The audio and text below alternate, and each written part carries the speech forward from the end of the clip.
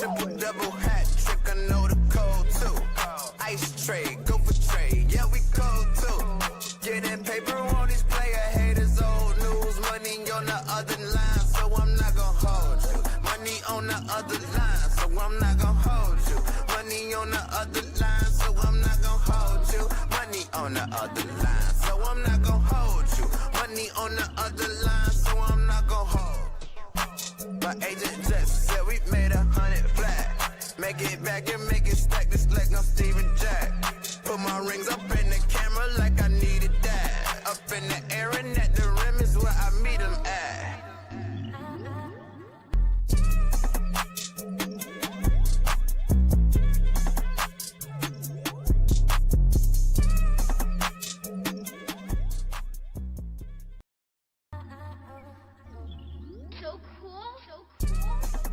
Triple double hat trick, I know the code too.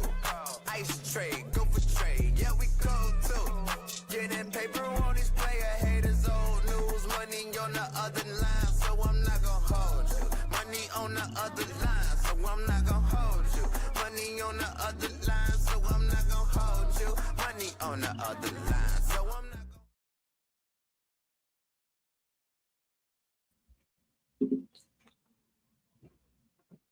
gonna. What is going on, ladies and gentlemen? Welcome back. Do not adjust your dial. This show is actually on. I know it's been a couple weeks.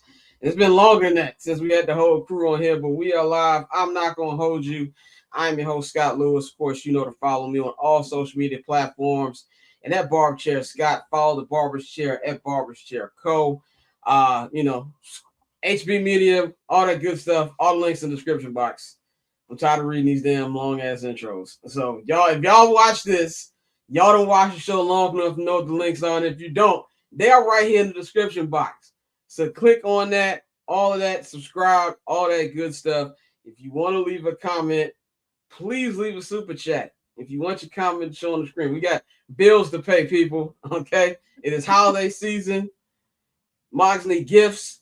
Leave a super chat if you want your comment shown, or you need to ask a question. But anyway, we've got the entire crew here today. We got the one and only JR Bang in the building. You can follow Bang at JR Bang. We got the one and only Dante Miles in the building. You can follow him at October Zonte. And of course, we've got Courtney Bang in the house. You can follow her at 1-800-COLLABRO on all social media platforms. It's been a while since we've done this show. How's everybody feeling? Being a father. I see you putting work over there, Bang. I cannot complain at all, my boy. It is good to have everybody here. Good to have everybody watching again. I know it's been a while. Shout out to everybody who has watched all of the weekend recaps I've been doing, the smaller videos. If you want to get in tune with that, subscribe to my YouTube channel at Barber Chair Scott per usual. So yeah, man, we got a lot of stuff to talk about, so let's just get right into it. And we got to start with the beloved Chicago Bears. Big game on deck this weekend on the lakefront. A very cold game. If you are going like Bang here, make sure you warm up, because it's supposed to be the coldest game for the Bears since 2008, I think is going to be. So bundle up for that. By the way, I respect Bullshit. That's got to be the coldest game since that That's got to be the coldest game since that Dallas Cowboys game. That's the coldest game in Soldier Field history. Which one was that one? That was a Monday Night Football game. That's Dicker Day when they the way. Oh, is that the Dicker Day? Ass. Yep. I don't know that game 3 years ago when during the 2022 season. I think when they played Buffalo. I think it was when they played Buffalo. Yeah. Oh, you got everything ready to go. You got everything ready to go. Yeah, I'm in the press box, thank God, but I know it's still gonna be cold and with that window right there. So I'm gonna be dressed up anyway. But Bears Browns, the Browns, man, you want to talk about an injury list. I feel like they're going full tank mode in this one. They are going to be missing 4 of their starting 5 offensive linemen, and the 5th one is listed as questionable. Njoku's gonna be out, Denzel Ward's gonna be out. They've got so many injuries, bro. The Bears, on the other hand, Roma Dunze has practiced the last 2 days. He's been limited fashion, but he has practiced and is officially listed as questionable.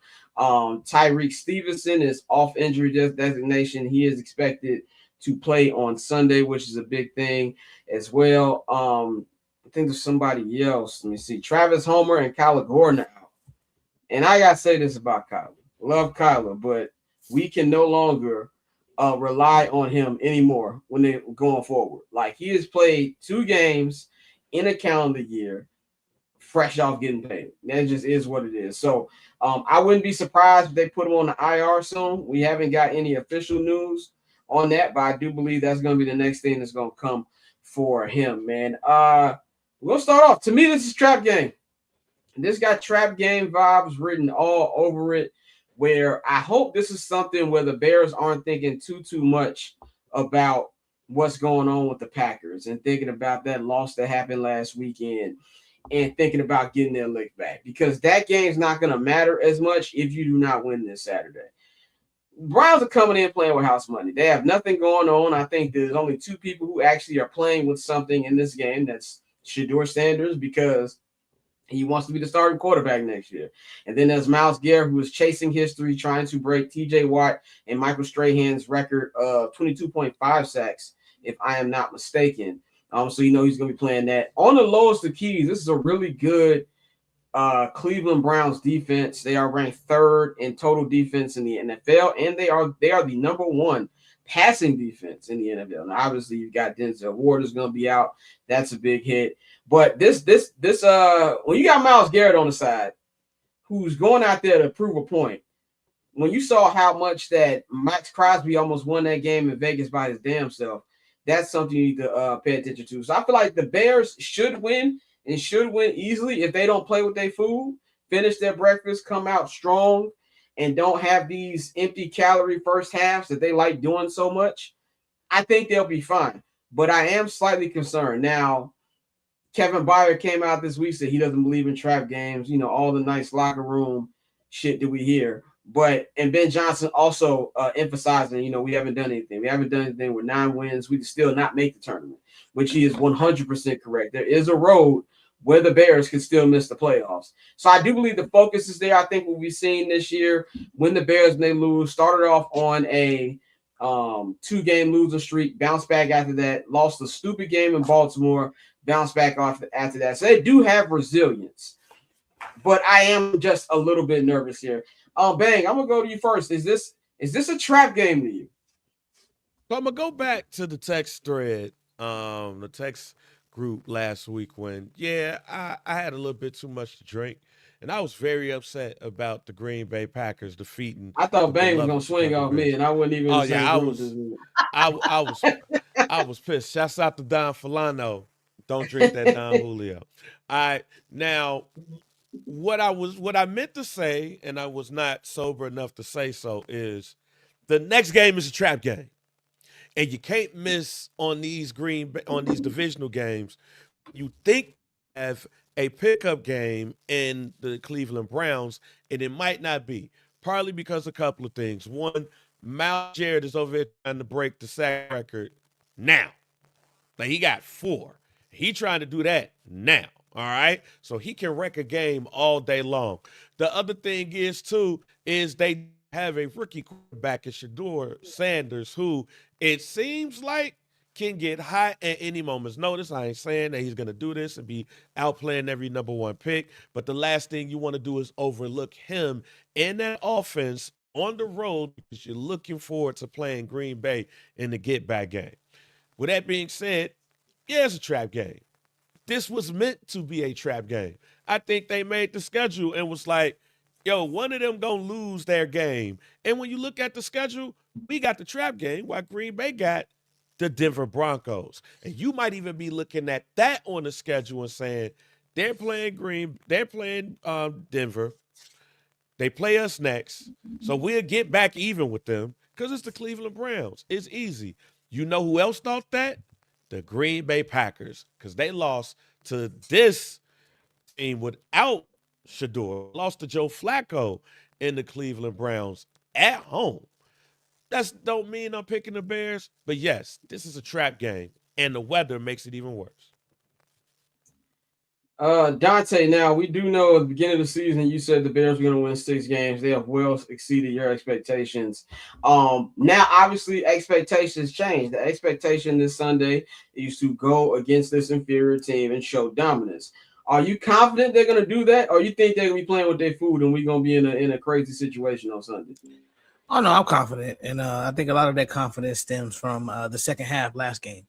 They really flipped the switch, and that's something I've never seen the Bears do. They dominated that second half on both sides of the ball, and they almost won that game. So, I mean, I think it's one of those situations where they know they need to put on a good showing this Sunday, and I think Ben Johnson has done a great job of, as we said all season, establishing his culture, even though people say those are just buzzwords. This is another example of that. Like you said, they've bounced back from tough losses with good wins and win streaks. So this would be a great time to do that as they try to close out this season and make the playoffs. And like you said, at this point, I'm playing with house money because I only expected them to win 6 games. So, I'm fine with what happens, but I do love the fact that we're seeing this team fight. Even that, like I said, that second half in Green Bay, that showed me a lot. So I think they're going to come out, and with the amount of injuries that the Browns have, there's no reason for them to lose this game. Establish the run. It's negative 20 degrees. It should be an easy win, but there's no such thing as an easy win in the NFL. But I think this is one of those games where they should play well, and Shedeur should struggle. Montez Sweat should earn his money. Grady Jarrett. We spent a lot of money on that defensive line, and they're just there. We just got some guys. So, I mean, we need to see more of an improvement there. But other than that, I'm very confident in this, and I understand, we talk about a trap game and those things, but I think this is a game that the Bears should win easily. Courtney, first of all, good to have you back. Haven't had you on the show in a while. Now we know you said it's been hard for you to watch football lately, but what do you know? Like, okay, now as your first year as a Bears fan, yeah. What have you seen from watching this team, and are you concerned about this game this coming weekend? Well, I say you should be concerned simply because, like Bang said, the scheduling being sandwiched in between those two matchups against the Packers, it kind of sets you up for, okay, we lost this game to Green Bay. We got this game in between, and then we're going to get our get back the next week. I definitely would not be thinking ahead to the next week. Mind you, didn't the Cleveland Browns also beat the Green Bay Packers this season? They sure did. Yeah. So, and again, I know they're super injured right now. It's a totally different team that's going to be taking the field this Sunday against the Bears. And again, the weather is something to factor in as well, but it's definitely not something to be taken lightly. Myles Garrett is a dog. And if anything, I'm concerned about Myles Garrett and his ability to get to Caleb Williams. Again, I know he's probably not, you like to think that somebody's not thinking about sack records and stuff like that, but also I worry about Myles getting to Caleb and how that'll impact his mental throughout the game and his ability to take care of business throughout the game. That being said, I do think the Bears could win this game and should win this game, considering all the deficiencies that the Bears have on both sides of the ball. But yeah, it's a trap game. I kind of feel like that video of that dude who was on the news. He said, "Yeah, I'm a little concerned, but I packed that thing too." That's how I kind of feel about this game. Myles Garrett concerns me. That's the number one concern I have, because he's out there like, season's over, bro. He's like, nigga, I mean to sit anywhere. I forgot. Anyway, fine for me. He's out there like, that's a fine for me. Nikhil's not here, so I don't know where the button is right now. We ain't done this in a couple weeks. But he's probably looking at this as, I'm getting my stats. You know what I'm saying? I'm going for heads. I don't care about nothing else. And I think that's going to be, there we go.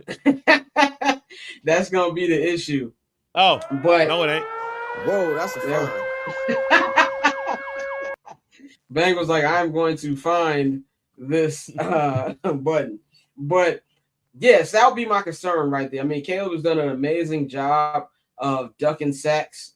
He has been great with it. Even Micah Parsons said last week after the game that he was exhausted chasing Caleb around. So I don't think it's going to be like a 4 or 5 sack type game. I'm not even really worried about sacking him that much. I'm worried about him hurrying Caleb up and speeding his clock up a little bit. We saw how that looked in the first half of the Packers game last week, where the Bears offensive line was really struggling And it made, Caleb didn't have like completed pass like into the second quarter. So that I'm concerned about a little bit. But as long as Ben Johnson sticks to the running game script, I think they'll be fine. I think if the Bears actually run the football in the first half last week, they win that game. And I think even the Packers said themselves, like, we were tired. We were tired. And that's exactly what happened. And I got a stat here that actually kind of goes with, we'll talk about the Packers in a minute, but a stat that I didn't know was real till Mikey told us. Mikey is our statistician guy today. He said NFL teams are combined 2-9-1 after playing the Chicago Bears this season. That is a crazy stat, and that would be something I'm looking at with the Packers, just because how much the run game affected the Packers in the second half. So if you're the Bears, you either take Cleveland's soul right away, give the ball to DeAndre Swift, give the ball to Calvin Nunn. This is a game when they can flourish and throw when you need to. That's the only thing. But overall, I'm not too concerned about it. I think if they take care of business, and even if they play with their food a little bit, they'll still win. I don't really care about style points. Bang, I know you said you wanted style points. You want to blow out. I don't really care. I just want to dub, and let's move on to make next Sunday against Green Bay more important. But let's talk about Bears playoff odds and scenarios. Like I said, our stats there provided by our brother Mikey.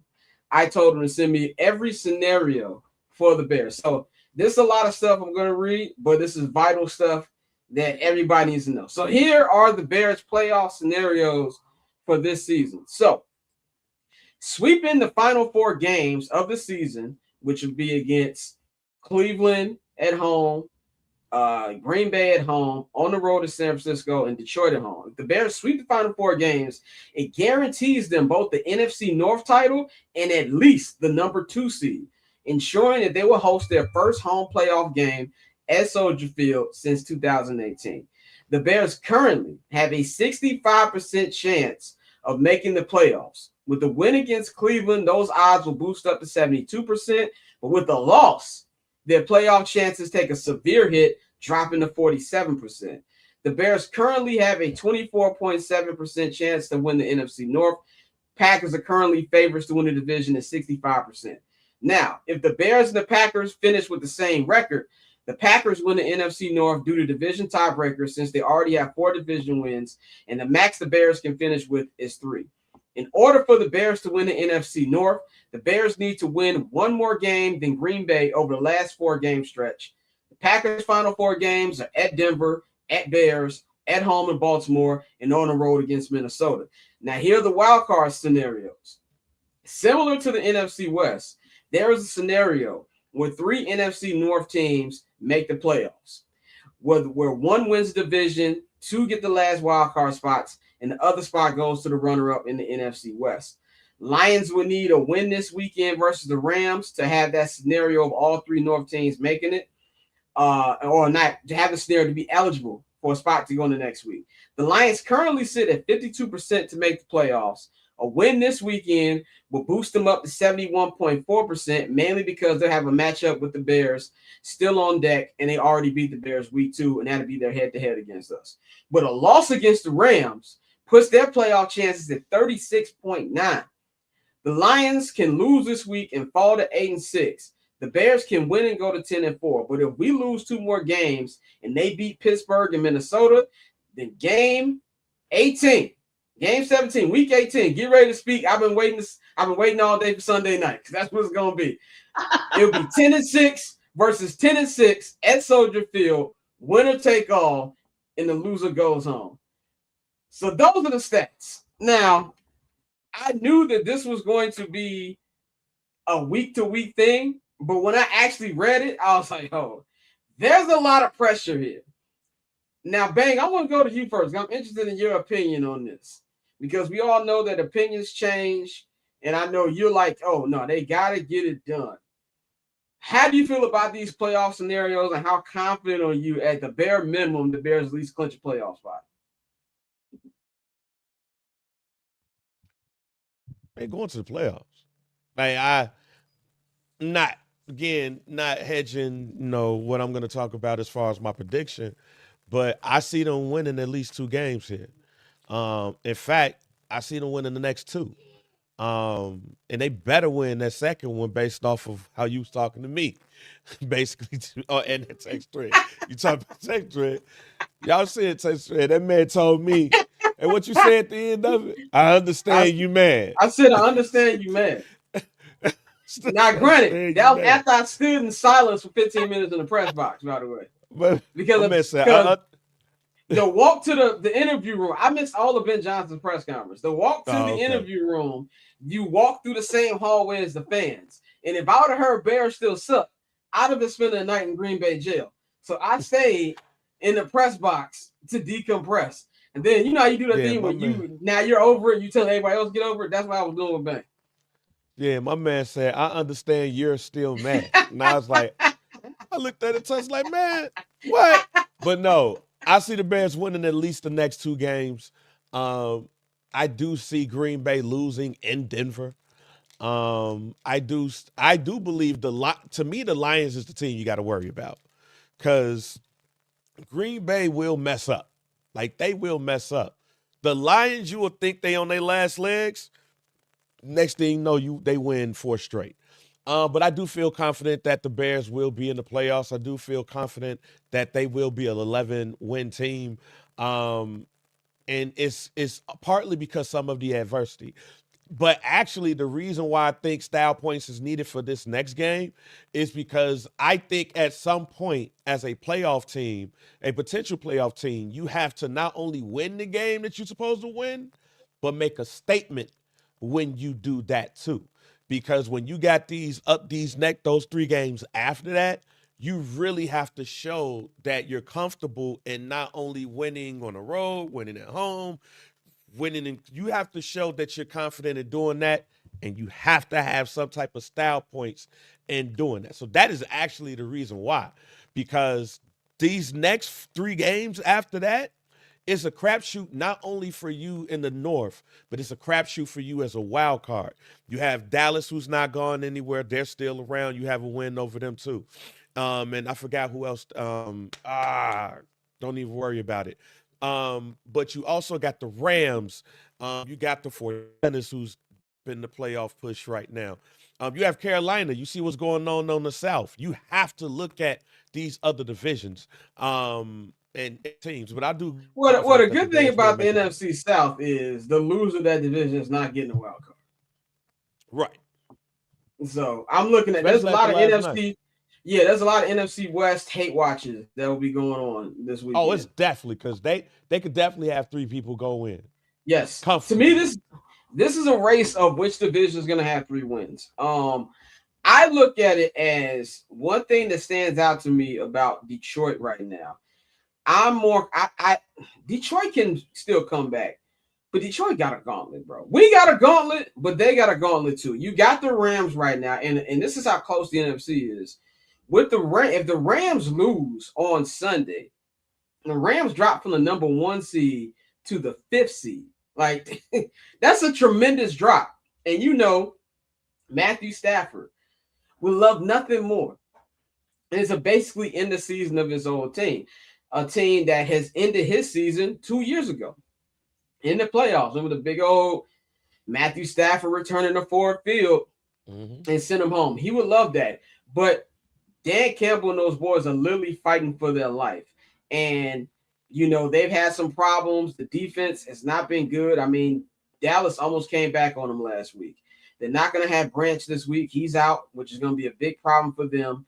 And Dallas let them get away. Dallas let them get away with the stuff that they were getting away with last week. That's not going to fly against the Rams. So I'm more confident that the Rams can go over there and take care of business. But more than anything, the Bears just have to finish their food. Take care of Cleveland, and let's do hate watches, because both of those games are on after the Bears come on. But real quick, as the person who's the number 1 fan of the Detroit Lions hate club here, they got the Steelers at home. They got the Vikings on the road. So they got 9 or whoever else is going to play quarterback for that team. And then they play us. So I feel you on this Lions game, on the Rams game, and I actually am picking the Lions to win that game. It's about time for the Rams to have another stinker. But they could very well go 3-0 after that. I Oh no, don't think 100%. Green Bay. I think Green Bay gonna lose their next 2 games. That's potential for that too. But Green Bay already has a game up on them, and that tie is damn near a win where they counted. And Green Bay has swept Detroit also, so that's gonna come into play. And the thing to me, why Detroit is still little, they got this, but Aaron Rodgers beats Detroit all the time. And really feel like the Steelers are trying to come into a groove right now. And let's not forget, They just tried to kill TJ Watt. yeah. And let's not forget, the Lions already lost to Minnesota this year at home. So they can still lose, but that's why it's a little bit up for grabs. Courtney, I'm gonna go to you next. What's your confidence level and just your overall thoughts on this NFC playoff race right now? I mean, just in terms of like the Bears or the NFC as a whole. Well, starting with the Bears and then just what the final playoff spot races. I feel pretty good about the Bears making the playoffs, and maybe that's because I haven't been hurt like y'all have in years past. But considering the path that some of these other teams have, especially within their respective division, like I don't feel good about the Lions right now. I think the Lions are going to get waxed. Like I'm saying, you think they're due? I don't know, man. I think the Rams are a scary looking team right now in like every aspect, and like you mentioned, Scott. Just with the injuries that they have, Brian Branch, they're on what, like their 3rd or 4th string safeties right now. Like it's not a good look for the Lions right now. So yeah, even just within the respective division, I'm not too sold on anybody. I think again, I have not been burned by the Chicago Bears yet. But I feel pretty good about them making the playoffs. That being said, I don't know if anybody's beating the Rams right now. I don't know if anybody's beating the Rams. Yeah, the Rams are a scary team right now because they can run the football. They're throwing. I think that Matthew Stafford is the MVP. I never thought I'd utter those words in my entire life, but here they are. And they're wide receivers, bro. Like you got Puka Nacua on one side, you got Devontae Adams looking like he's back in Green Bay. That's going to be very hard for you to guard with the already mediocre secondary, and now that secondary is beat up. If the Rams can slow down Jamar Gibbs, this can get nasty. That's part of the reason why I'm gonna pick the Lions because the Rams defense is, I believe, it's like 12th in rushing. They're giving up over 100 rushing yards a game. If it's a place that you could get them, it's with that run game. And Sonic and Knuckles is not the run game that you want to have issues with at all. Yeah, I'm more worried about that Denver Packer game worries me. And this is why I'm worried. I think this just smells like a dumb game. And we already know, as good as Denver is the AFC version. Everybody keeps saying the Bears can't get away with it. No, Broncos can't keep getting away with this. They have been getting away with it week after week after week. And I'm scared that Bomani Knicks will out-bozo Jordan Love. That's what I'm worried about. And I believe that this can be team. Welcome to the winning team. This is going to be a close game where I can see both of these bozos having like 2 picks. But I have more faith in Jordan Love making the big-time play more than I do Knicks. That's what concerns me. You know what I'm saying, when it comes to that. But, Dante, what's your thoughts on this race for the Bears, your confidence in the Bears, and just overall vibe on the NFC chase right now? Yeah, I think the Bears, you play on my house money at this point. Year 1 of Ben Johnson. I know we talked about, high expectations, but I don't think playoffs were the expectations. A lot of us at the beginning of the year were saying that they were an 8 or 9 win team, and it was, hey, this is a win. So at this point, I think you play on my house money. But as far as the Bears go, I like their chances a lot. I do think they take care of business this Sunday. I think they beat Green Bay next week. I think they beat Detroit at the final game of the season. And there is a space where they can win and this is not me being a fan. This is just me watching the way they've played and the way they've gotten better as the season progresses.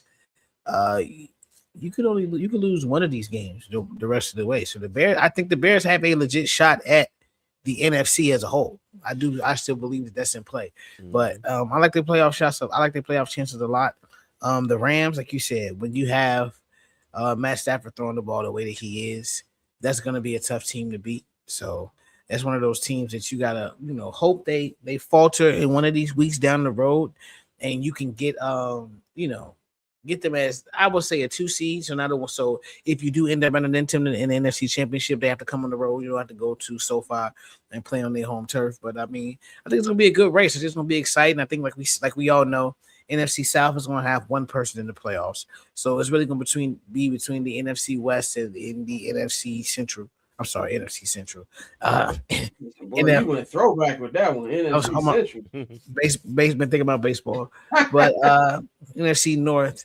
And I think it's gonna be an exciting race, bro. But I like the Bears shot a lot. I like their chances a lot. So for me, like I said, to go from predicting 6 wins to them like actually fighting for the playoffs, I take it.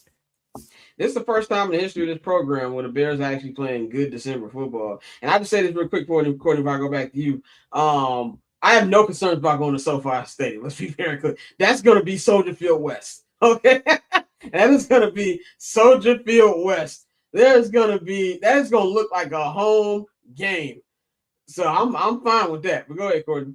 Yeah, I was going to ask y'all because I meant to ask you earlier, but I was like, you know what? I'm going to ask you when we're on the show.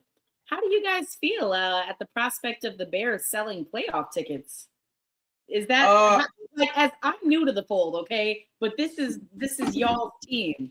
How does I ain't buying them, so. Well, my media head is like, oh, well, that's business. You have to get it out right now, ahead of time. Mm-hmm. My PTSD is like, not yet. We ain't clinched nothing. So that's the battle I got going on. I got logical businessman and petrified sports fan on this side, going side to side right now. I saw that email come to my phone. I was like, oh God. Yeah, that's what prompted it because I'm a part of the marketing threads now, so I get all the emails. Yeah, I got soon as the email came to my phone. I was like, okay, I guess. But let's go. You know what? I'm like Dante just said. This is house money season. I don't think if they miss the playoffs, I'll be disappointed 100%.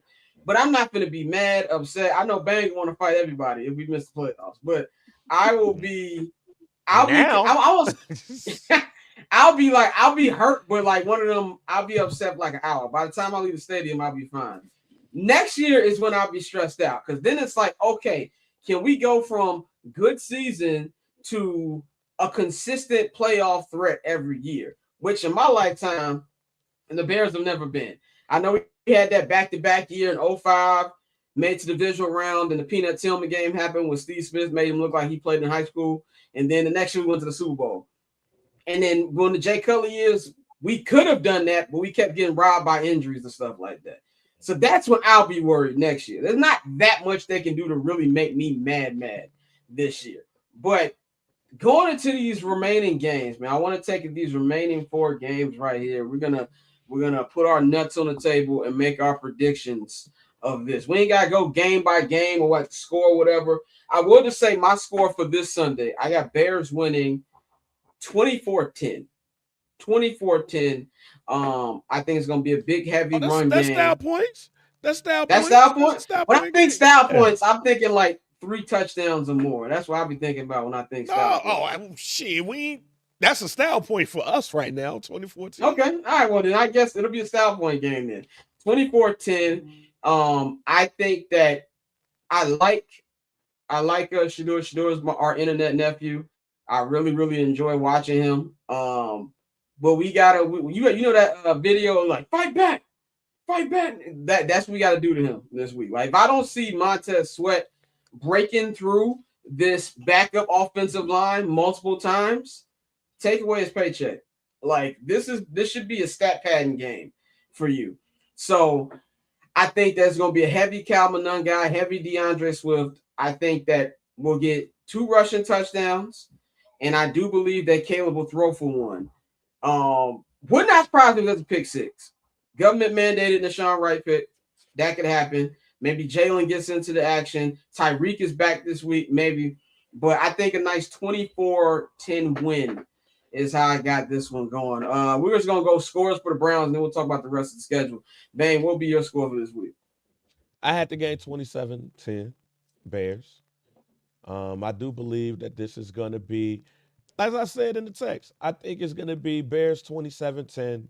You're going to have F Green Bay chants in the third and the fourth quarter. It's gonna people are gonna be cheering because it's snowing. If it's flurries, if it have a flurry or two, it's gonna look Wait, good for going NFL on Sunday film. too? I said if. Oh, I'm I about think it's to gonna be say, I too didn't, cold. They said -2. I think Like, it's gonna be too cold to yeah, snow. bro. but I think it's too I've cold. But you, shoveled 5 but times in the last 4 weeks. Enough. yeah, but yeah. So depending on how the weather is, if it's cold enough to snow, you got that NFL films look. If it's just cold as hell, you're gonna have that good NFL films look because you're gonna see the air. You're gonna see the air out of people's breath, like the breath in the air and all that stuff, and and Caleb slowly going up behind the center, and You Kyle go ahead, Steve Monange Sable. just Kyle Monange, juking somebody, and then you got DeAndre Swift, who I feel like is gonna have a 2 touchdown game on Sunday. Yeah, this is gonna be that, and it's gonna be the Bears prepare for Green Bay to come to Soldier Field Basically, it's on gonna sound Saturday real night. good when they play when the mic'd up video goes live on Wednesday and you hear Jeff Joniak in the background. Mighty Monongai. Yes. Yeah, it's gonna be that game. And I'm telling you, I would just by halfway to the third quarter, we're gonna have F Green Bay chance. I would just like the record to reflect that I quite literally named my fantasy team this year. Now there's a Manon guy. Okay. I was you were ahead of the curve. From the ground floor. Okay. Yeah. I was in there. Shout out to Kyle Monongai. He my height. Shout out to all the short kings out there. Okay. Dante, what's your score for Sunday? I'm going 24-7 Bears, and it might be 24-3. I think the Browns really struggle.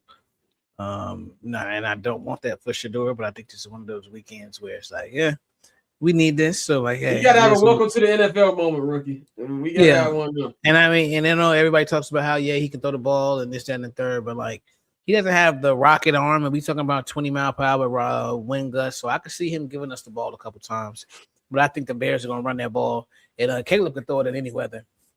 So I think it's gonna be 24-7, but I wouldn't be surprised if it was 24-3. And like you said, it was just a dominant win, and they set the tone for next week. Courtney, what is your score?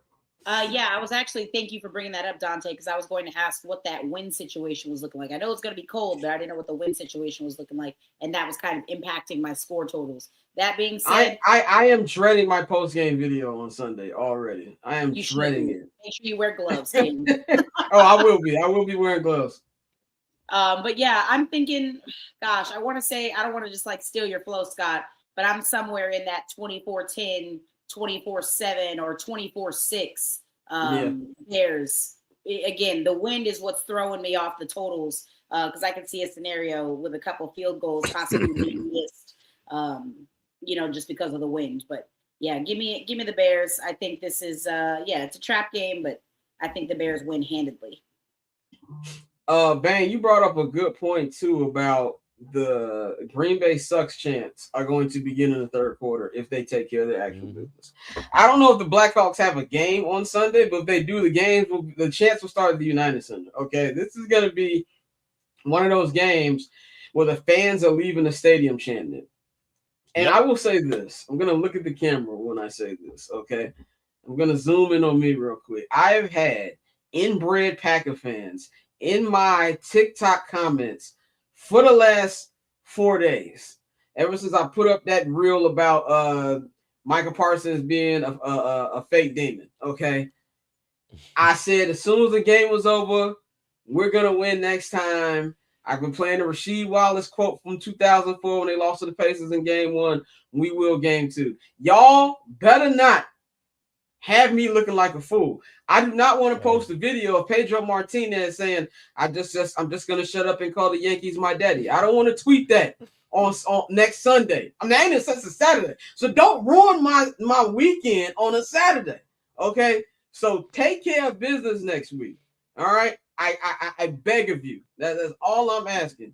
Because I got a whole bunch of bookmarks waiting for me to circle back with the Slender Bus. And I want to use them next week.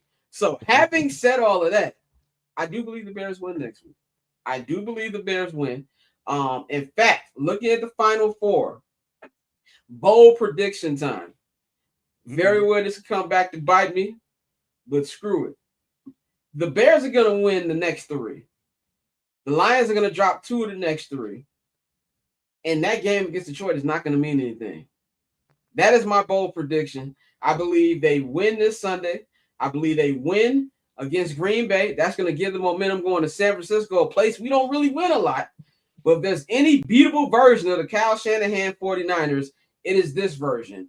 And I believe they win that one. In Detroit, whatever happens, and that happens, I don't think that's going to be a game that the Bears are going to need per se. So I think the Bears do that and make this. If you want to make this an actual rivalry, right, you have to win this next week. You have to win. Because then you put yourself in a situation where you got to go against 2 perennial playoff teams, one at home, one on the road, and you got to really win both, honestly, to make the playoffs. So this is a huge game. So I'm gonna put my faith in the Bears. I'm gonna say they finish 4-0. I'm gonna say they finish the season on a 4-game win streak. I'm just gonna say it right now. Bang, how do you see the rest of this schedule playing out? 3 out of their next 4. I see them defeating the Cleveland Browns, the Green Bay Packers. I'm backing off, and I know me and Mikey was the big homies of the we finally gonna win in Santa Clara theme club, but nah, I think they lose that game. And I still believe that the NFC North will be settled by Detroit versus Chicago, and Chicago will win. All right, Dante, Final Four prediction. Final Four. I say 3-1. I think there's one that they'll take an L somewhere. I think it'll probably, maybe be that San Francisco game just because you said traveling west. But that would be a testament to the whole new culture if they actually go out there and get a dub. That would be one of those things where it's like, all right, yeah, we're really doing things different. So I'm going to, I think they go 3-1 in those last 4. But I do think, like I said, they're going to win tomorrow. They're going to win not tomorrow, Sunday. Same exact thinking, Dante. That's exactly where my head was. The one that really makes me nervous is that San Francisco game. Just because of the nature of the game, you happen to go travel out to San Francisco. That's the one that gives me pause. But other than that, I could totally see a scenario where the Bears finish out 3-1. Yeah, I would say that because we just never win there. Like, it doesn't matter if it's Candlestick. It don't matter if it's Levi. I didn't know we won there in 2018, but that was also a terrible Niner team. Yeah, I think they were like on their 3rd string quarterback, and the Bears had already clinched at the time. So I don't even think Mitch played that game. I think that was Chase Daniel in that one. So, but that is all we have for our Bears coverage today. Let's move on to non-Bears things. We got to start one of the stories of the week, man.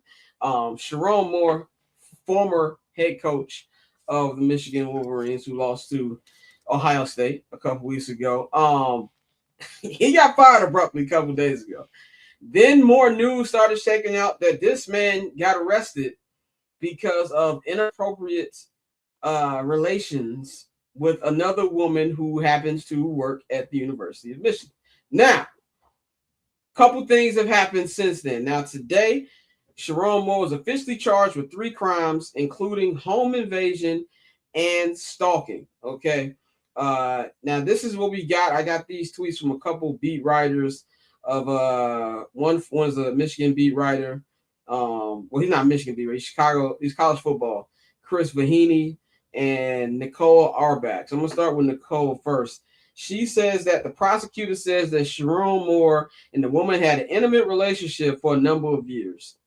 I quote, "Our victim broke up with the defendant on Monday morning. She presented herself to the school and corroborated the fact that they had a relationship. She says that Sherrone Moore went to the woman's house, grabbed butter knives and kitchen scissors, and threatened to kill himself. Threatened her that my blood is on your hands." Now, Chris Vahini says Sherrone Moore's attorney says Moore was taken to a mental health facility for evaluation, not turned over for commitment, and instead turned back over to law enforcement for lodging. As part of Moore's $25,000 bond, he cannot leave the state without court permission and will have a GPS tether. No contact with victim whose name will not be public record. Must continue mental health treatment. Now, that is a hell of a 2 weeks, ladies and gentlemen. That is a hell of a 2 weeks for this guy. Now, here's my theory. Theory time on here. This is my theory. This was known for a while by a lot of people in the Michigan circles. I believe that, and the reason I say that is because it happened so abrupt. And now old tweets are starting to be brought up. My favorite thing to say about Twitter is there's always a tweet. And we're starting to see tweets from people in the know in Michigan, whether they're students, people involved with the football program, alluding to the fact that Sherrone Moore was messing around on his wife and kids. Now, I do think it's very funny that he cheated on a white woman with another white woman, but that's neither here nor there. I think that, to me, if they don't lose to Ohio State, I don't think this ever comes out. I really don't. I think they find a way to cover this. I think at the root of this is that they lost to Ohio State. And he was going to get taken down for whatever things that Jim Harbaugh left the university for anyway. He was going to be the fall guy regardless. But when they saw him lose Ohio State in the fashion that he lost Ohio State, they was like, okay, execute Order 66. And they decided to drop everything. Because if you look at some of these tweets, people was tweeting about this 2 years ago. And I don't think it's a coincidence that not only did the woman break up with him, she also went and told the school. So something triggered her to do that. Now, I think it's very shame. First of all, trying to kill yourself with a butter knife. I mean, hey, man, mental health matters over here. We know mental health matters. A butter knife? And this is also how I know she was white. Because if she wasn't, she'd have told him, do it. If there was another race of woman, she'd have told him, do it. So that sticks out to me as well. But I just think this is what happens when you get people who are already goofies or lames and they get a little bit of power and they don't know what to do with it. That's what I get from this situation here. Who wants to take the floor next? I'll get it out the way because I'll get it out the way because I'm the Michigan fan here. I too believe, and let me just say this is unfortunate, but I do believe also that if he didn't lose to Ohio State, we wouldn't be having this conversation because sports is sleazy, colleges are sleazy, and people are sleazy. If what was reported was true, that he ordered a Plan B to the crib and a DoorDasher also got involved in this, do you think that DoorDasher would have did that shit if they would have beat Ohio State 14-13? With that being said, this whole thing is nasty. Very nasty. Because you can't, it's certain things that you just can't tell me is why it's nasty.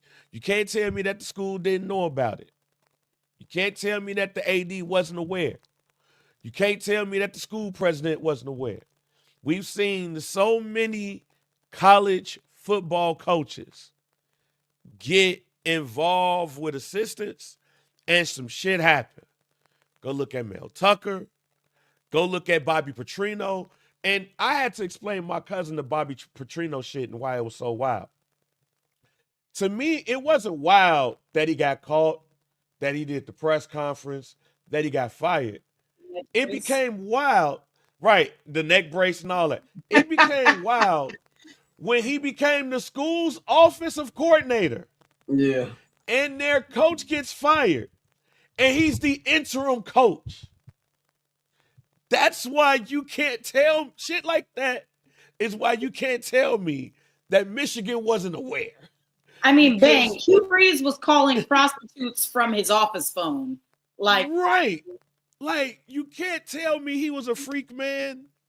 And there probably was some mental health issues, because to me, yeah, there's definitely some mental health issues when it comes to some of the things that he was doing.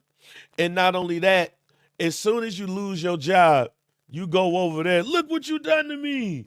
Ah, like, and then get arrested. And you saw, I don't know if you guys, and I probably shouldn't have did that, but shit. The last thing that I will say is it is very embarrassing, but I am not going to be one of those people that say this make black coaches look bad. No, this make him look bad, because the fact of the matter is, is you had one of the elite jobs given to you, passed down to you by Jim Harbaugh, and the fact that the school probably knew about a lot of this shit and just swept it under the rug, make it even worse. What people got to do is stop letting their dick influence their decisions. As Yes. simple as that. That man let his pain influence a decision that is going to wreck two families. It's going to wreck a lot of these students on this school, at this school playing, and it's going to wreck him because he could have just kept quiet and became assistant running back coach in the NFL. But no, he decided to crash out. And because he crashed out, now he's done. He will not get another job. You won't see that man at no doggone JUCO. You won't see him at an NAIA. You won't see him on a podcast with Jason Brown. He's done. And He ain't gonna be coaching at Dunbar. He ain't gonna be coaching no high schools, nothing. He ain't gonna be a gym teacher, bro. He's not even gonna be a gym teacher. That's just a rap. Yeah, it's he crashed out. I just say this real quick, Courtney. I just want to say this real quick with and I just don't understand. Like, obviously, this is a much bigger scale. I don't understand people see people at work. Like, I get it. You're around these people all day, but it's the dumbest thing on planet Earth. It's just dumb. And when something like this is dumb, up, you don't go down. Yeah, you go up. You sleep up. Courtney, what you have any thoughts on this? Yeah, so again, I don't want to discount the idea, right, that they're saying he was evaluated and, they said, yeah, essentially you're good. Like, you don't need to be taken in for, a psychiatric hold or anything. And you're talking about with a butter knife. I mean, is that like all you had access to? Or is this like a classic case of a narcissistic man, just having to deal with the consequences of his own actions? Like, you made the conscious decisions to sleep with and allegedly impregnate one of your staff members. And now, those pesky consequences, like the crash out is valid. You just destroyed not only your life, but like you've got a wife and 3 kids. Like, it's a very valid crash out. That being said, Bang, I think, Bang, you brought it up where you brought up Jim Harbaugh, and it kind of just made me think about, yes, obviously college football coaches are held to this incredibly high standard, right? But that's always been a sort of thing with Michigan in particular, right? The Michigan man is a very common, I don't want to say trope, but it is a trope to a degree, right? Like the kind of people that I think we maybe need to revisit that as a whole. Think about like the past 5 to 10 years of Michigan football. I mean, Jim Harbaugh can't even come back and coach. Beyond, I mean, the Connor Stallions cheating situation, and now this with Coach Moore. I mean, we really need to have a dialogue about what it means to be a Michigan man. Because respectfully, I feel like that is the Michigan man. Am I tripping? No, you're not tripping. I'm just laughing at this comment right here. He said only he had access to butter knives in the kitchen. Her ass can't cook.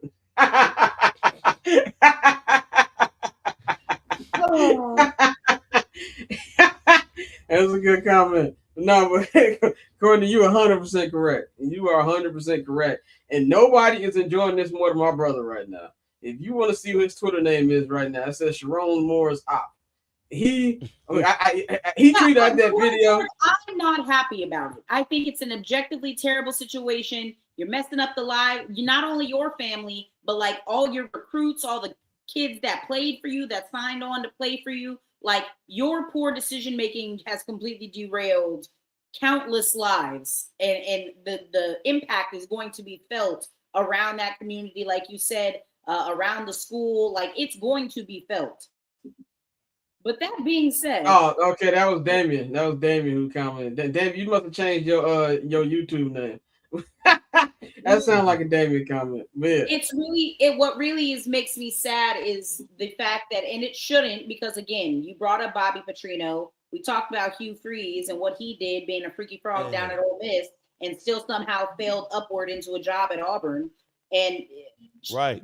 black coaches, unfortunately, are going to be held accountable because of something they didn't even do. Is it going to give other black coaches trying to make their way upward into new positions? Is that going to give other ADs pause, like in trying to Yeah, find no. Black coaches can't be hire a black coach now.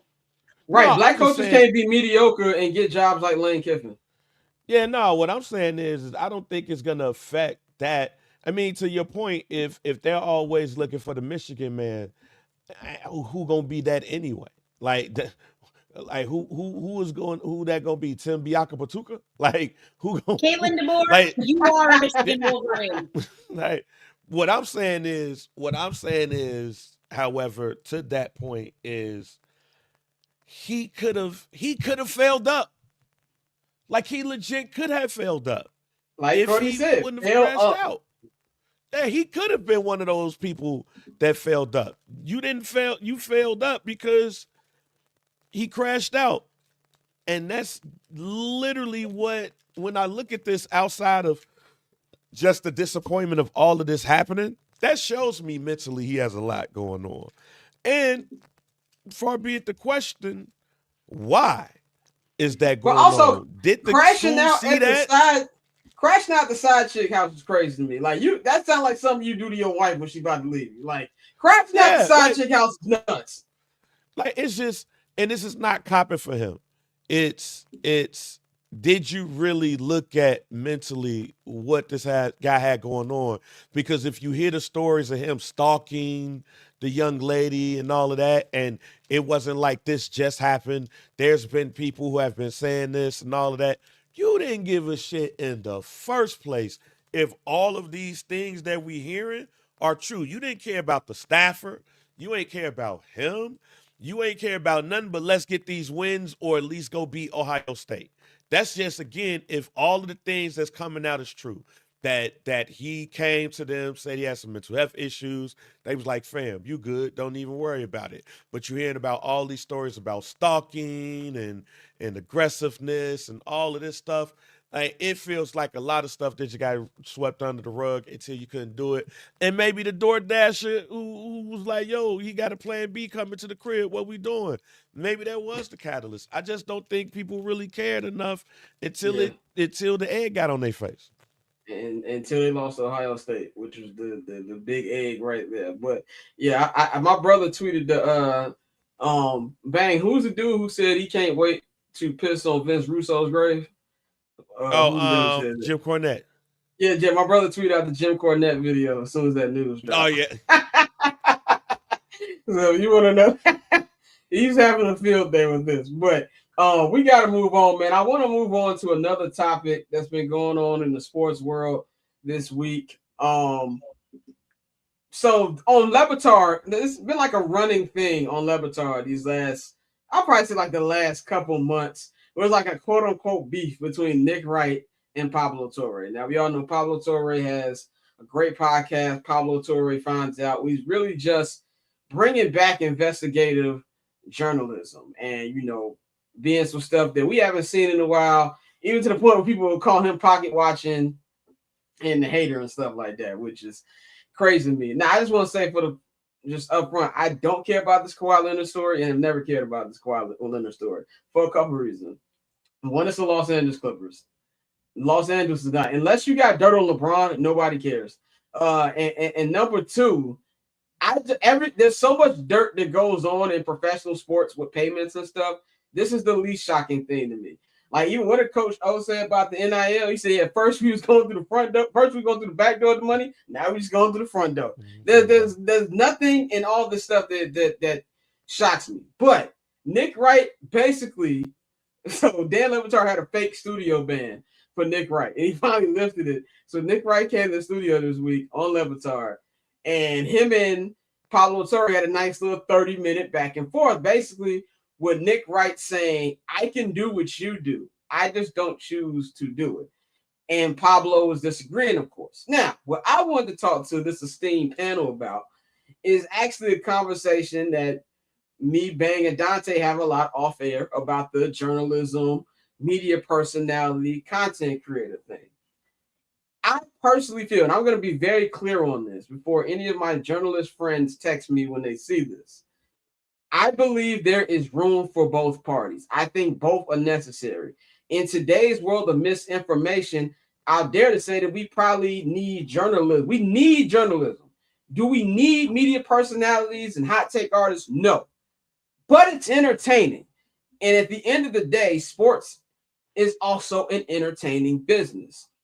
But what I don't mess with is I feel like a lot of journalists carry themselves with the arrogance and a lot of the real hip hop type dudes. Like you, and for those of you who don't know what I'm talking about, somebody who, I can make albums and I care about bars compared to somebody like who just might be, or what they say, drill or trap music. Like let's just say like a Nas compared to like a Future or something like that. They Nas come DJ off real hip hop. Nas DJ Premier dropped today. Well, I heard DJ Premier is out there like Pat Ewing on Hakeem Olajuwon on the Raptors. That's what I heard, but I wouldn't listen to that anyway. But I digress. It's kind of like that conversation when Nas was talking about hip hop was dead in 2006 when Snap music was killing everything. So I personally don't like the arrogance that comes with it, and I also don't feel like and this might be controversial. I feel like. I know me personally, if I wanted to be a journalist, I believe I could. If I actually wanted to do research and, find out, break up stories, I feel like I personally could. I feel a lot of journalists sometimes don't have the charisma to do the in front of the microphone thing. And I think that's a fair thing to say. And I think there needs to be a common ground where we both understand that we kind of need each other right now. But I do feel from most that journalists kind of look down at what I guess content creators and media personalities. I've even seen tweets sometimes. How are they getting credentialed? And then somebody like mine who gets credentialed, I take offense to that because I just don't get in front of a microphone and just start talking. Now, there are a lot of people who do that. I do believe we live in a podcast world and there's way too many podcasts. But I also feel like you need to adjust with the times too. So I feel like this is an interesting conversation. And when Nick Wright brought up a story that he actually did break, to see Pablo kind of backtrack on that, I think whatever you feel about Nick Wright, honestly, I'm not really a fan of Nick Wright either. But I do believe that Pablo can't do what he can. That's just my personal opinion on that. Now I want to go to Dante first, because Dante, you went in the last segment. What's your thought? I don't know if you saw the segment, and if you didn't, just what's your overall thought on a journalism versus media personality content creation thing? Yeah, I saw it, and I get where it comes from. I didn't go to J school, but I went to school and I studied journalism. So it's more so of the fact that you have people in the space who don't follow certain journalistic standards. Like, you could be a content creator, but there's still certain things you shouldn't do. Certain things are unnecessary, certain things are uncalled for. And like you said, those are a lot of the people why it's tougher for us to get and keep our credentials, because they look at them and they say, see, this is why we only want people who've gone to journalism school, done the required research to do this. Because we talk about it in a negative way, but the reality is in a lot of spaces you need gatekeepers, and certain spaces have gatekeepers that are built in. And with journalism, if you didn't go to like the big five, which would I would say, Syracuse, Columbia, Northwestern, there's a couple of other ones, but if you didn't go to those schools, most definitely Mizzou. If you didn't go to one of those, it's gonna be a little tougher for you. Like those people, a lot of the people I know who are at the top of the top in this industry, those are the schools they went to. So it's one of those things where they have these gatekeepers in place, so they're always gonna feel a certain way when people who come and grind like we did. Like I said, I didn't go to J school, and I started podcasting in my living room. And so to go from that to being in the stadiums, in the clubhouses, doing all of that, it takes some. But also, I believe that we take this serious. Like, it's a certain level of seriousness and professionalism that you do have to have, even if you don't always dress the part. I know that for some people, that's the big thing. Because like me, I'm not gonna wear the Hawaiian shirts and no. I'm not going to be wearing the Bunk Moreland suits. Yeah, I'm not doing none of that. I pull up with a flannel, a fitted hat. I come up with a hoodie, bro. I come to Hallis Hall in sweatpants, bro. I ain't gonna lie, bro. I'm gonna be here for 2 hours tops. I got to drive an hour and a half. So, and I do think that's part of it. And this is also not to cut you off, Dante, but I think what you're saying about the school stuff, and I notice this a lot in both my time covering the Clippers and my current time covering the Bears. I think the dressing throws them off about how we dress, how we carry ourselves. And I also think that a lot of them are upset that they went to school, did all this stuff. I didn't. I went to a performing arts school. Okay. Anybody know anything about Columbia College Chicago? That's basically Def Jam University. You know what I'm saying? Like, that's why I went to school. You know what I'm saying? And I'm in the same room as you in quicker time. So I think there's a little bit of that. I think more than anything, there just needs to be a mutual respect. I think there's too much bickering instead of seeing the side that both bring to the table, in my opinion. But see, first of all, Dante is spot on. When I was in college, I was, journalism was my major. And unfortunately, my little brother had a huge accident, so I had to drop out and everything. But I always wish that I probably would have went back and finished what I'm started. And now, in the position that I sit in, sometimes shocked that I'm in this role, but sometimes I'm not, because I always kept those standards at the very least. I might not have went to J school. I might not have finished, but I keep those same standards. You're also talking to somebody who's been podcasting since 2012. Like, I've been podcasting before we was using that term. Hell, one of the things I was telling my homie Cam from the port is I didn't realize I was trying to start a podcast network in 2009. Not realizing like that's what I was trying to do. I consider myself forward thinking, innovative on a lot of my ideas. So when we're talking about podcasting, this is not a podcast conversation. I think what has happened more than anything outside of podcasting is that people are getting the show host, the journalist, and the analyst mixed up. I'll use some stuff that I'll see on the internet all the time, and considering what aired on Wednesday, I think it's perfect. Oh man, Stephen A. Stuart Scott died, so people like Stephen A. could take over and stuff like that, and people will talk like push up Stuart Scott the shit on Stephen A. Smith. There's a difference between the two. Even though he did some of the work, Stuart Scott was the host. Right. He was the host. Stephen A. is a journalist. Stephen A. started as a journalist, ended up as a TV analyst. People used to look at the host as the most popular person.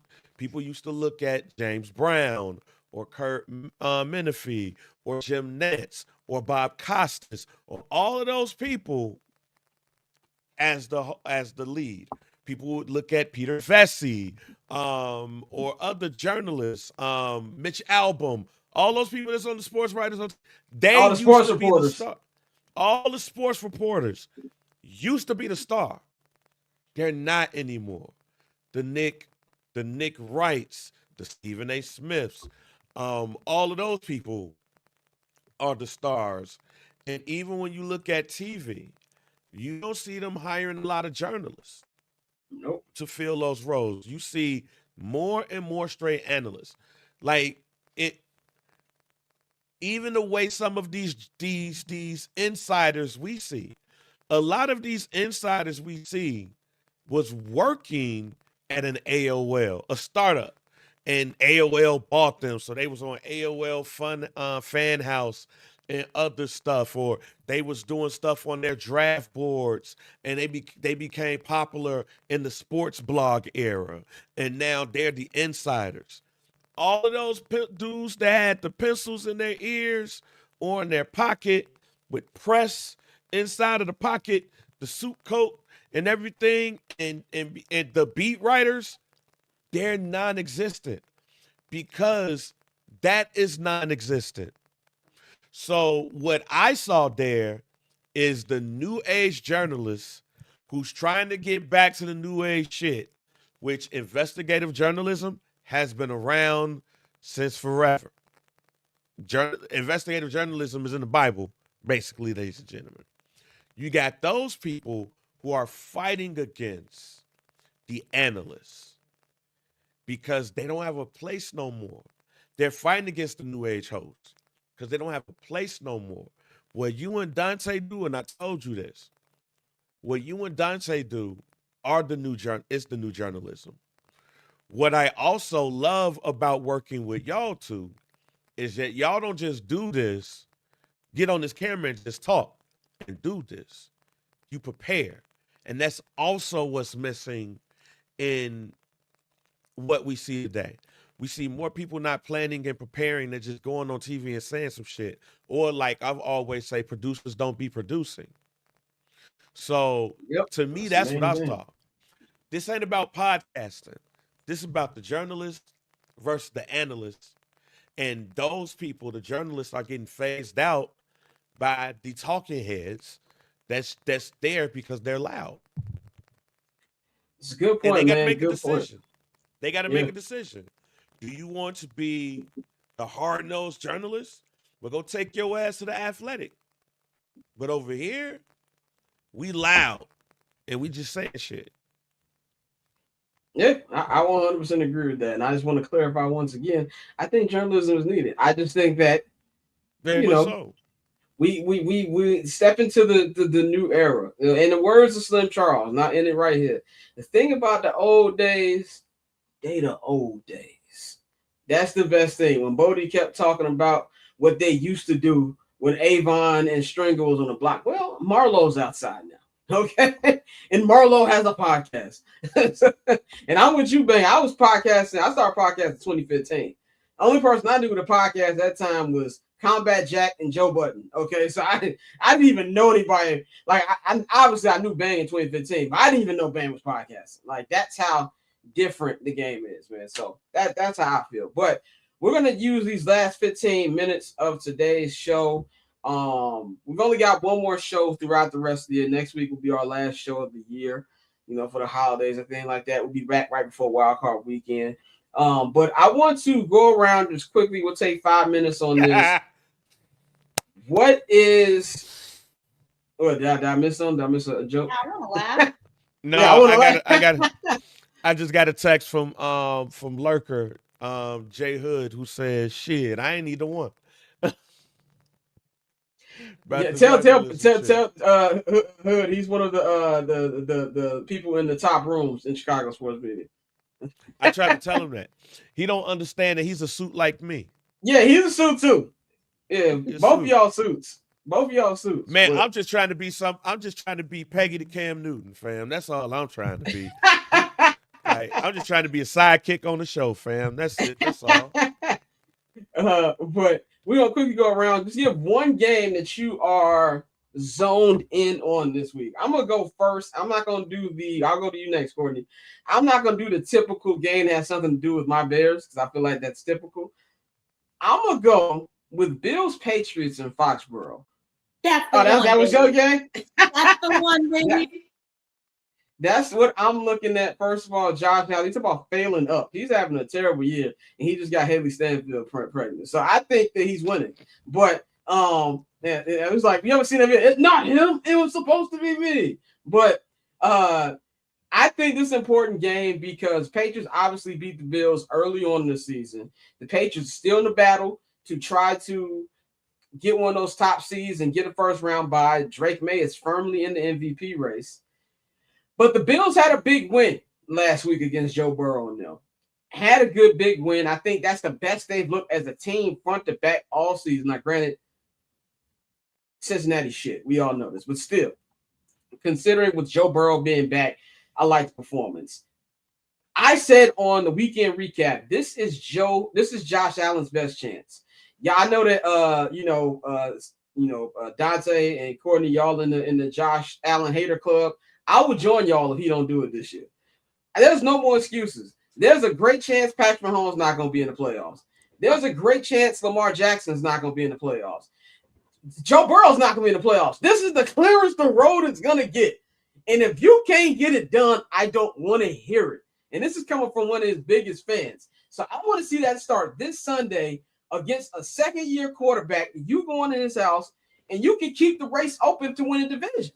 So that's the game I'm looking forward to this week, Nick. Now, Courtney, I know you got the same game, but is there a different reason that you have it?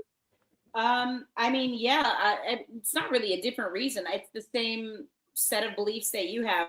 The path will never be clearer for Josh Allen than it is right now. That being said, I don't think anybody really expected the Patriots to kind of put things together so fast. And I've seen the memes. It's like people were like, "Oh, a soul for a soul." You sacrifice the Chiefs just to have the Patriots be, back in a good place again. So yeah, if you're the Bills, you have to win this game just to obviously keep yourself not only just, I mean, in a good position for playoff seeding, but to win the AFC East. But I'm not gonna hold you. Patriots are gonna win this game. Patriots. I do feel. Wouldn't shock me if they won. By the way, if you want to see my full Week 15 predictions, the video is in the description box right now. I recorded that yesterday. Click on that. Dante, I know you had felt like you had a comment to what we were saying in after that pick your game. But no, I would say I actually don't hate Josh Allen. I think he is who he is. I think he's it's just like you said, at this point, we've seen him check every box except for winning the big one. So I mean, for me, the hate is gone. I've seen him do some great things. I just checked it up. He's on 22 touchdowns, 3,000 yards, completing 70% of his passes. So I mean, he's doing the damn thing. So I can't really say I dislike him. A few years ago, I had my reasons, but not so much no more. But my game this week is Colts Seahawks. Because if they put Phillip Rivers in that game, they're gonna hit that man like Dennis Quaid on any given Sunday. Let him in half. And I didn't even think about, because I was so, obviously I made a comment about Colin Kaepernick, which we know that ship is sailed, but I didn't even think about Cam Newton. But when he said it on his show, he was like, the disrespect to call a grandfather before you call me. Like he's a literal grandfather. Like he's literally hot about that. Bro, no, Phillip Rivers' daughter is the same age as the backup. Ripken, they're the same age. So it's like, what are we doing, bro? And but yeah, I want to see that game. I do think it's a testament to the regard that they do hold older quarterbacks, and I will, shoot them some bill on this one with a Flacco, with a Phillip Rivers. When you get a guy who comes in, especially if they run your system before, white quarterbacks, they know how to read a defense. They know what they're doing back there. So I think it's absurd at 44 to bring him back there. So this is a game I want to see, because if he pulls it off in these, 5 games, leads into the playoffs. I mean, to give somebody comeback player of the year after 5 games is kind of crazy, but I think you kind of have to give it to him if he does pull that off. And for him to come and reset his Hall of Fame clock, because he was a semifinalist and now he has to go off the list. So it's interesting to me, but I think this could go really good, or this could also go really, really, really bad. And so I'm interested to see. There's 2 things I took from the Phillip Rivers thing. One, somebody at the Hall of Fame was told him, like, yeah, dog, you ain't getting in on this first try. So he was like, all right, let me come in with a different class. And the other thought I had was, he must really hate being around his wife and kids if he's willing to get hit by men 25 years younger than him. That's the first thing that came to my mind. But Bang, what is your game that you're looking at this weekend? Since Dante took mine, I'm gonna go with Denver Green Bay. Anytime we see teams in opposite conferences with a record like this, you say this could be a Super Bowl preview. And in this one, it's legitimate. Not the biggest Bo Nix fan in the world, but he's getting the job done. They have a decent run game, a solid offensive line. They're good in the skill positions, but their defense is immaculate. Their defense is one of the best in the NFL. Them and the Titans probably have the best defenses right now in the NFL. Patrick Surtain versus Jordan Love. I'm picking Patrick Surtain every time, right? Linebacker core, defensive line. We're going to see the Green Bay Packers go up against a top-flight, top 5 defense. And for both of these teams, it's playoff implications, because Denver is looking at New England. Green Bay is looking at the Rams and the Bears. So very interested in this game. Outside of that, yeah, I really want to see if Phillip Rivers can really do it. I don't think so. I think that man is gonna get hurt. They better not start him. They better hope that Riley Leonard don't get hurt. Because if Kirk Cousins, if Phillip Rivers go out there, I understand him knowing the offense. I understand him as what's that Steichen, talk regularly and all of that stuff. But if that's his homie, he should be ashamed of himself by saying, "Hey, yo, hey Yeah. man, just come out here and play." No, your friend is a send off. If that's your friend, you don't need friends like Shane Steichen. He shouldn't have never told this 44-year-old homie, "Yo, slide on over here." Nope, I don't need no friend like that. I agree 100%, man. Let's wrap this up. Final topic. We're going to pick who are going to be the 14 playoff teams. Since we got 4 games left, and we've only got one more show next week before we go on winter break. And we'll come back the week before, the week of wildcard weekend. We'll be back and we'll see who was right and who was wrong. We're gonna predict the 7 teams in the AFC, 7 teams in the NFC. This is how I got this going. All right, so we'll start with the AFC since I have that right in front of me. I think the New England Patriots are going to be the number 1 seed. I think New England Patriots is going to be the number 1 seed. If you look at their schedule compared to Denver, much lighter. The toughest game they got coming up is this Sunday against the Bills, but that is a home game. They play the Ravens next week on Sunday Night Football. They play the Jets on the road, and then they've got the Dolphins at home to close it. There's a good chance they're going 4-0 or 3-1 to close the season. So I'm going to have them going to number 1. I'm going to have the Denver Broncos dropping to number 2. Dante is washed. That pack hitting. We got 10 more minutes, brother. We almost home. We got you got using the muscle relaxer. Yeah, That's the watch. That's the watch I'm talking about. I'm hurt. Yeah. Like, no, I'm in Oh, pain. you hurt. Okay. I saw that joint down there and I was like, "Oh, my His man arm hurt." My man hurt. Well, we'll be done in just a minute, dog. I'm gonna go the Denver Broncos at number 2. They will win the AFC West. And number 3, Jacksonville. I believe in Jacksonville's offense more than I believe in the but the Texans' offense. But until the Jacksonville Jaguars actually do something without messing up, I'm going to give the benefit of the doubt to Houston. And I think Houston will find a way to win majority of these next couple of games. And Houston will be the number 3 seed and win the 3rd seed as they win the AFC South. The Pittsburgh Steelers are going to hold on and win the AFC North. Unfortunately, that bastard Aaron Rodgers is going to live to see another day in the playoffs.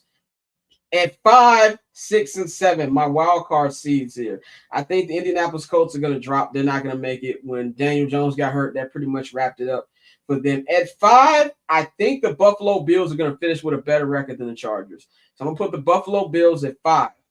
I'm going to put the Jacksonville Jaguars at 6, and I'm going to have the Chargers dropping down to 7. That's how I got the actually no. Let me take that back. My bad. No. Let me take that back. I think that the Chargers. Here's my hot take here. The Chargers are gonna miss the playoffs. I think I just can't quit them. I'm sorry, I can't. I know I said they were done on Monday. I think the Chiefs find a way in. I don't know why. This has nothing to do with stats and everything. Where I just can't see Patrick Mahomes miss the playoffs. I know this is 100% 180 from what I said on Monday, but I think that the Chiefs will find a way to get that final playoff spot at 7.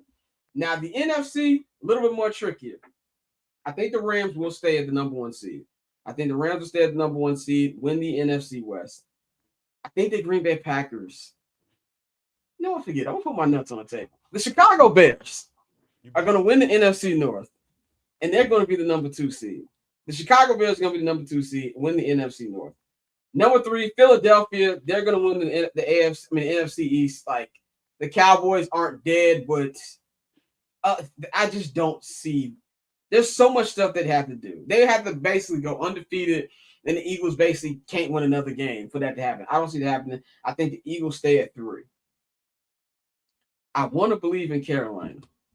I really, really want to believe in Carolina to hold on to this. They play Tampa Bay twice in the next 4 weeks or next 3 weeks. I think Tampa's still gonna find a way. I think they're playing like shit right now. Baker does not look healthy. But I still think that the Tampa Bay Buccaneers will win the NFC South, and the Panthers are gonna be asked out. 5th seed, I think that you will see the Green Bay Packers will be at the 5th seed. 6th seed, I think you will have the Seattle Seahawks. No, 5th seed, I think you have the San Francisco 49ers. And I think the Seahawks going to drop to the 7th and final seed. And I believe the Detroit Lions going to miss the playoffs. So that is how I got the AFC and NFC rocking out. Bang, you want to go next, or I think as we look at the playoffs, I think that, like, as they currently sit right now, I don't see no change, outside of just division winners.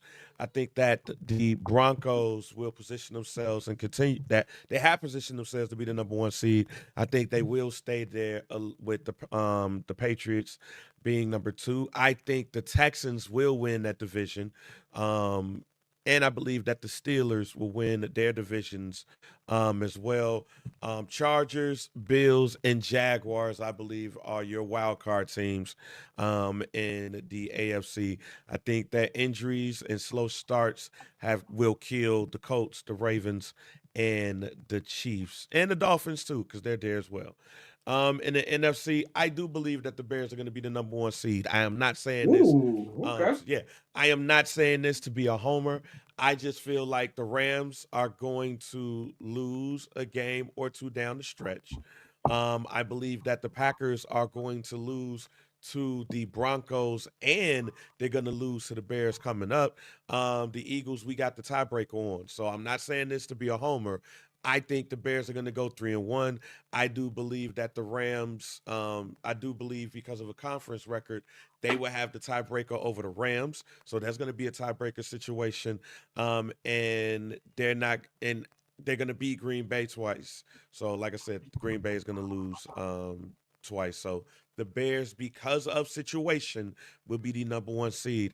The Rams at the number 2 seed, because I do think they will control that division. The Eagles at the number 3 seed. I picked Tampa Bay to go to the Super Bowl at the beginning of the year, and it looked great until Baker got it did hurt. at the beginning. But I do believe that the Bucks will be the divisional champions in the NFC South. Outside of that, I do believe that the Seahawks, the 49ers, and the Detroit Lions will Green Bay be missing it? the team. Yeah, I do believe. Okay. I do believe that Green Bay is going to falter. Green Bay got a tough schedule. Yeah, very tough schedule coming up. Like I said, I think that the Lions have the easier schedule that's coming up. I don't believe that you can discount the Baltimore Ravens as a spoiler. Like, if they're going to be a tough play as a spoiler, because they're going to be so pissed, and even though they got to go to Green Bay on the 27th, I think they could beat them. And I think that the Packers are going to have to hope that some teams lose when they play the Vikings at the end of the year in a game that they should not only win, they should blow them out. But I don't think it's going to be enough. Courtney, what's your 2 conference playoffs? I mean, I feel like Scott, you and I are pretty aligned in terms of the AFC. The NFC though, gosh, I mean, the whole NFC as a whole is just like a clusterfuck. Pardon my language, but like it's just a cluster because again, there are some challenging 4-game schedules that these teams are playing. That being said, I'm curious to see what this Panthers. I know no one cares about the NFC South. I don't even care about the NFC South. But I'm curious. It slightly intrigues me though. Not gonna lie. I'm curious to see what the Saints Panthers game looks like on Sunday. And if the Saints actually try to win a football game, how that kind of impacts what's going on in that division. But that being said, I think the Rams are my 1 seed in the NFC. I know we talked about earlier with this Rams and the Lions game, but I just think that they're the most complete team in that division. And yeah, I do think the Bears win the NFC North. For the record, I will maintain that. Maybe it's because y'all are giving me just like a little bit too much hope. Y'all are giving me a little bit too much hope, but I do think the Bears win that division. I guess if I'm given a hot take from either of these, yeah, I don't think the Chiefs are. I think you're spooked, Scott. The Chiefs are not making the playoffs, which is I'm not even spooked. I'm just giving them the champions benefit of the doubt. I honestly think they're gonna make it? No, but I'm giving them the champions benefit of the doubt. That's what I'm doing. Yeah. Because I thought the Dodgers were toast for a minute too, and I gave them the champions benefit of the doubt, and that worked out for me. So that's what I'll say. Dante, bring us home. What's your 7 in the AFC? Your 7 in the NFC? Not gonna lie to you, I don't have a fucking clue. I think it's gonna be chaos. I didn't even write nothing down. Like I saw it. I like that answer. I like that answer. No, I think it's gonna be very exciting and go down to the wire in a lot of cases. And even with the AFC, you see some of the records, the 6-7, 7-6s, and it's like, okay, you're gonna have a team. I didn't want to do it, but yeah. 6-7. You're gonna have some teams out there that are like, but they're gonna be in the playoffs. So I think it's gonna be very interesting. It always is, and that is my food. But no, I'm really excited. My thing with the Bears is I'm teetering back and forth between a 1 seed and the last wild card spot. Because I mean, it could. It's just the way the ball bounces. It could go that way, but I think they're going to be prepared, and I think it's going to be a hell of a race. But I'm not going to lie, I don't have anybody locked in anywhere outside of, like I said, New England is doing their damn thing, and that's a team that, you know, surprisingly, year one of Mike Vrabel is looking very nice. Bang, I just got a quick question for you. Since you said you do have the Bears number 1 seed, how far do they go if they get the next? Because if you're number 1 seed, you get a bye. Is there NFC Championship game here? Yeah. Or first home game get knocked out? Yeah. Okay. If you look at, like, if the playoffs started now, right, and you just switch something, you just switch and move the Rams down up, but switch everybody down. I do believe that the Bears could beat the Seahawks, because if they're the number 1 seed, they would have to go against the lower seed. I do believe that the Bears could beat the Seahawks in a second time around, because for some reason I think that Ben Johnson does a great job of game planning against teams that already beat him. Right? Mm-hmm. If he loses to the 49ers, as I predict, we'll play the 49ers in the playoffs because they would be a 5th or a 6th seed, and you're playing them in Chicago. I like those chances there if you're going against the lower seed. So with that being said, I do think that the Bears have potential to have not only 1 but 2 playoff games, because I do think they have the potential to go to the NFC Championship. I'm not saying that they will win it. I'm saying that they have potential, especially with not only the way they play, but where they play, but the way they play. Because you're going to need a run game in the postseason. I will say every time the Bears play the Seahawks in the playoffs, they go to at least the NFC Championship game. 2010, 2006 Super Bowl, 2010 was the NFC Championship game. I'm going to close with this. When Dante's answer was great, because we are setting up for maybe the most chaotic final weekend in NFL history. Let me just read off some of these matchups. Lions at Bears. Cardinals at Rams. Even though Cardinals are out, that's a division game. Something stupid can happen. Chargers, Broncos. Chiefs at Raiders. Dolphins, Patriots, which probably not crazy. Commanders, Eagles, if Jaden plays, can get crazy. Ravens, Steelers. Seahawks, Niners. Colts, Texans. Giants, Cowboys. The Giants would love to ruin any chance the Cowboys might have. Browns, Bengals ain't going to mean nothing. Saints, Falcons ain't going to mean nothing. Bills, Jets. With the way the Bills been playing this year, Jets upsetting them or something they need, I can see. Panthers, Buccaneers, and then Jaguars playing the Titans again. It could be chaotic. So I just don't want the Bears to have any part in that chaoticness. I want to be having my feet kicked up thinking about playoffs by that time. But knowing how the Bears season is going, I don't know if that's possible. So we will see how that goes, man. But anyway, that is all we got for y'all on this edition of I'm Not Gonna Hold You. Of course, I'll be back Monday for the weekend recap. If you want to get the weekend recap, you got to subscribe to the Patreon, patreon.com/Barbers Chat Network. The link is in the description box, or you can scan the QR code on the screen. Subscribe to either the $5 I'm Not Gonna Hold You tier or the $10 Barbers Chat access tier to get access to that. We'll be back next Friday for our final show of 2025. I cannot believe the year has ended this quickly. I feel like it was just New Year the other day. I feel like we were just talking about Ben Johnson being hired. It really feels like that. And now it's the end of the year. So Dante went to go get his food, so I'm pretty sure he's about to go eat and have a weed now. But dang, anything it's crazy. If you watch this show, you already know. Damn, put my company man's business all out there like that is wild. This is not a shock to the public. But anything y'all want to say before we wrap this up? Roll Tide, baby. You still standing with him. I respect it. Angels down. Somebody come coach Michigan, please.